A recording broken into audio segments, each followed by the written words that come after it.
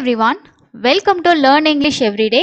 இன்னைக்கு லெசன்ல நம்ம என்ன லேர்ன் பண்ண போறோம்னா ப்ரீவியஸ் லெசன்ல நம்ம வந்து short vowel and long vowels தமிழ்ல குறில் நெடில் அப்படின்னு சொல்லிட்டு நம்ம ரீட் பண்ணும்போது சொல்லுவோம். இந்த எழுத்தெல்லாம் வந்து குறில் உச்சரிப்புல வரும், இதெல்லாம் வந்து நெடில்ல வரும் அப்படின்ற மாதிரி நம்ம உச்சரிப்போம்.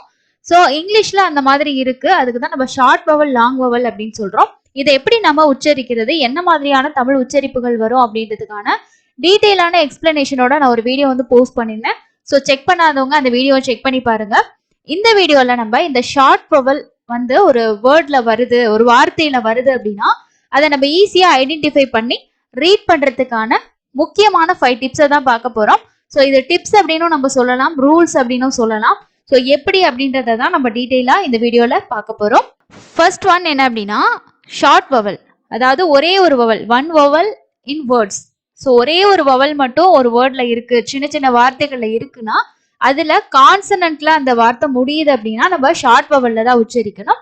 உதாரணத்துக்கு இங்க பாத்தீங்க அப்படின்னா இதுல ஏ அப்படிங்கிறது நம்மளுக்கு வவல், இங்க வந்து பாத்தீங்கன்னா கான்சனன்ட்ல முடியுது. ஸோ இதை வந்து நம்ம அட் அப்படின்னு தான் நம்ம வாசிப்போம்.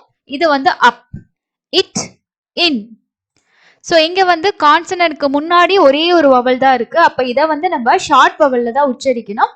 So at, up, it, in. So இந்த மாதிரி வரக்கூடிய ஒன் வவல் மட்டும் இருக்க சின்ன சின்ன வார்த்தைகள் பெரும்பாலும் வந்து ஷார்ட் வவல்ல தான் நம்ம வந்து உச்சரிக்கணும். ஸோ ஸ்டார்டிங்கே இது எப்படி படிக்கிறது, இதுக்கு ஏ சவுண்டு வருமா, ஏ சவுண்டு வருமா அப்படின்னு நீங்க கன்ஃபியூஸ் ஆகவே தேவையில்லை.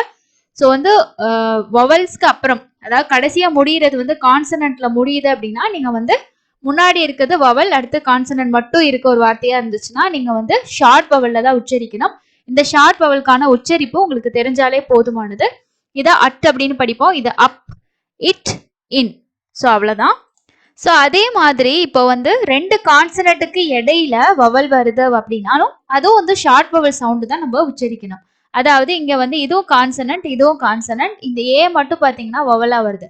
அப்ப மெட், மெட் அப்படின்னு நம்ம உச்சரிப்போம். இது கப், சிட், பின். ஸோ முன்னாடியும் லாஸ்ட்லயே வந்து பார்த்தோம் அப்படின்னா கான்சனன்ட் லெட்டர்ஸ் இருக்கு, இடையில மட்டும் வவல்ஸ் வருது. ஸோ இப்படி இருந்தாலும் நம்ம வந்து ஷார்ட் வவல் உச்சரிப்பு தான் நமக்கு வரும். ஸோ அதுதான் மேல வந்து பாத்தீங்கன்னா 2 கண்டிஷன் நான் வந்து கொடுத்துருக்கேன். ஃபர்ஸ்ட்ல வந்து நமக்கு என்னது வவல், வவல்க்கு அப்புறம் கான்சனன்ட் லெட்டர் வருது. இப்படி வந்தாலும் நம்ம ஷார்ட் வவல்ல தான் மேக்சிமம் உச்சரிக்கணும்.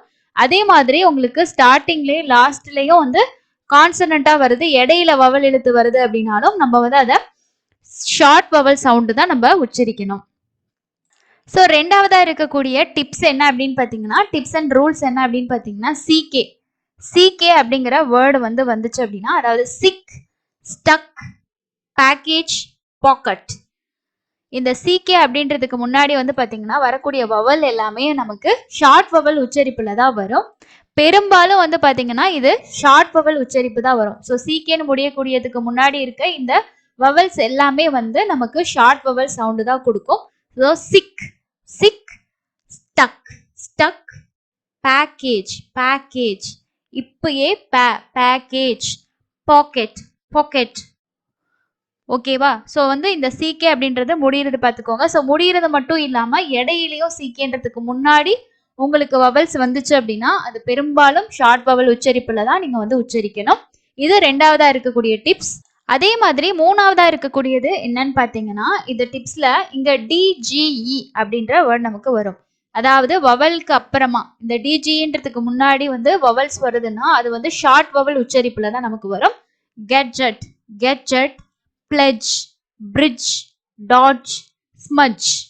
ஸோ வந்து இந்த டிஜின்றது லாஸ்ட்லேயும் வரலாம், நமக்கு வந்து பார்த்தீங்கன்னா வார்த்தையோட மிடில்லையும் வரலாம். ஸோ அந்த இதுக்கு முன்னாடி வரக்கூடிய அந்த வவலை நம்ம ஷார்ட் வவல் சவுண்ட்ல தான் உச்சரிக்கணும். இங்க வந்து ஏக்கு ஆ அப்படின்ற சவுண்டு வரும், ஈக்கு வந்து ஏ அப்படின்ற உச்சரிப்பு கிடைக்கும். இங்க வந்து பாத்தீங்கன்னா ஐக்கு இ, பிரிட்ஜ், ப்ரி, ப்ரி, பிரிட்ஜ், டாட்ஜ், ஓ.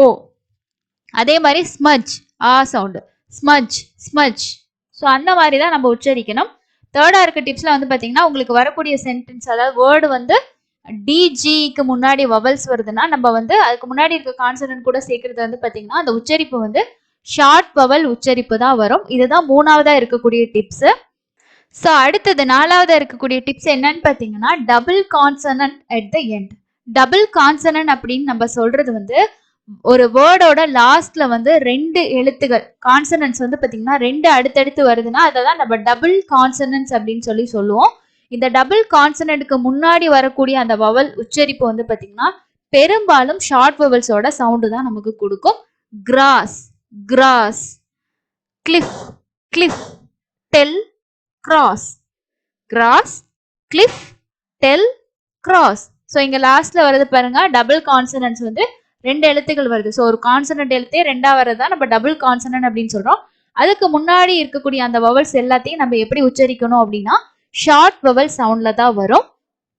ஓகே, அடுத்தது நமக்கு ஒரு டவுட் வரலாம். இப்போ லாஸ்ட்ல வர்ற அந்த டபுள் கான்சனன்ட்டுக்கு முன்னாடி இருக்க வவல்ஸ் மட்டும் தான் ஷார்ட் வவல் சவுண்ட்ல வருமா?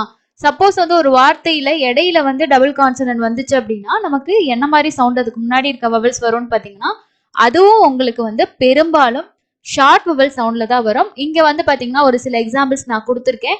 இதுல எல்லாமே வந்து பாத்தீங்கன்னா ஒரு வார்த்தையில மிடில்ல தான் உங்களுக்கு இந்த டபுள் கான்சனன்ட் அப்படின்றது வருது. இது current, current, middle, bottom, tapped, tapped, current, middle, bottom, tapped. So இந்த சென்டர்ல வரக்கூடிய இந்த கான்சனன்ட் டபுள் கான்சனன்ட்க்கு முன்னாடி இருக்க இந்த வவல் யூ, ஓ, அதே ஐ, ஏ இதெல்லாம் வந்து பாத்தீங்க அப்படின்னா உங்களுக்கு ஷார்ட் வவல் சவுண்டு தான் கொடுக்கும். ஸோ நம்ம வாசிக்கும் போது வந்து ஒரு சென்டென்சஸ் எல்லாம் இந்த மாதிரி உங்களுக்கு வருது அப்படின்னா நீங்க இந்த மாதிரி ஈஸியா வந்து ஐடென்டிஃபை வந்து பண்ணிக்கணும். ஸோ நம்ம வந்து எப்படி உச்சரிக்கிறது அப்படின்றது. ஸோ இந்த இதுக்கு முன்னாடி தான், ஸோ இதுக்கு அப்புறமும் பாத்தீங்கன்னா வவல்ஸ் வந்து வரும். அது வந்து பாத்தீங்கன்னா நம்ம வந்து லாங் வவல்ஸ்ல வந்து வரும். அது ஆல்ரெடி நம்ம வந்து பார்த்துருக்கோம். ஸோ இது வந்து நம்ம பார்க்குற இந்த ரூல் வந்து பாத்தீங்கன்னா ஷார்ட் வவல்ஸ்ல இருக்கக்கூடியது. ஸோ அந்த டபுள் கான்சனன்ட்க்கு முன்னாடி வரக்கூடிய அந்த வவல்ஸ் எல்லாமே நமக்கு ஷார்ட் வவல் சவுண்டு தான் பெரும்பாலும் வந்து கொடுக்கும். அந்த உச்சரிப்புல தான் நீங்க வந்து ரீட் வந்து பண்ணணும். ஓகே, அடுத்ததான் வந்து இப்போ ஷார்ட் அண்ட் லாங் வவல்ல வரக்கூடிய இந்த சிங்கிள் அண்ட் டபுள் கான்சனன்ட் பார்ப்போம். இங்க சிங்கிள் அப்படின்றது பாத்தீங்கன்னா உங்களுக்கு லாங் வவல்ல சிங்கிளா வந்து வருது. அதே மாதிரி இங்க நம்ம வந்து ஷார்ட் வவல்ஸ்ல வந்து சவுண்ட் சொல்றோம் இல்லையா, அதுல கான்சனன்ட் வந்து பாத்தீங்கன்னா உங்களுக்கு டபுளா வருது.